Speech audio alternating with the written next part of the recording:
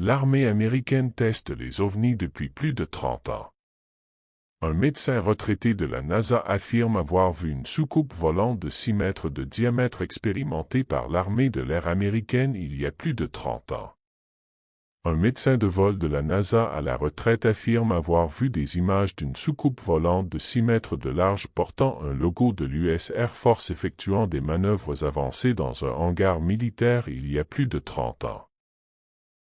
Le Dr Gregory Rogers, ancien médecin en chef de la NASA et major de l'armée de l'air, a raconté son histoire alors que les dénonciations de programmes secrets sur les ovnis se multiplient.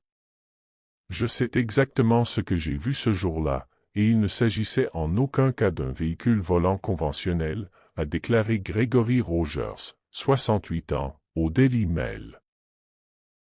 En 1992, alors qu'il était en poste à Cap Canaveral, un major de l'armée de l'air l'a conduit dans une pièce fermée à clé et lui a montré des images de vidéosurveillance montrant une soucoupe blanche et lisse. Il s'agit d'une soucoupe volante, a déclaré Rogers. L'engin portait un emblème massif, il était écrit US Air Force, et il y avait l'insigne de vol américain. Stupéfait, Rogers se souvient avoir pensé, je me suis dit, c'est à nous. Il estime que la soucoupe mesurait 6 mètres de large et 2 à 3 mètres de haut, avec un dôme peu profond. Il n'y avait ni antenne, ni surface de contrôle de vol. Tout était très lisse et harmonieux. Je n'ai vu aucun rivet, aucune couture, rien. Un tuyau semble relié au dôme, ce qui pourrait permettre d'alimenter l'engin en carburant. 3 rectangles noirs verticaux sont visibles à différents endroits de la moitié supérieure.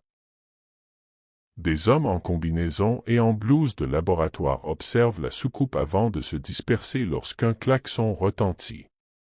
Rogers a alors observé des phénomènes étranges. J'entends et je vois ces choses qui ressemblent à des charges électromagnétiques s'échappant de ce véhicule. Mais il n'y a aucun appareil d'où elles émanent. La soucoupe s'est ensuite élevée en douceur, planant à 1 mètre du sol avant de tourner dans le sens des aiguilles d'une montre et dans le sens inverse. Lorsque Rogers a interrogé le major sur l'origine de l'engin, l'officier aurait pointé le doigt vers le haut et dit « Nous l'avons obtenu d'eux ». Rogers a prêté serment de garder le secret et n'en a pas parlé à sa femme pendant 15 ans. Il reproche au major d'avoir partagé des informations classifiées simplement pour paraître important. Rogers a également affirmé que les astronautes s'étaient confiés à lui au sujet des ovnis. Les astronautes ont discuté des UAP avec moi, a-t-il déclaré.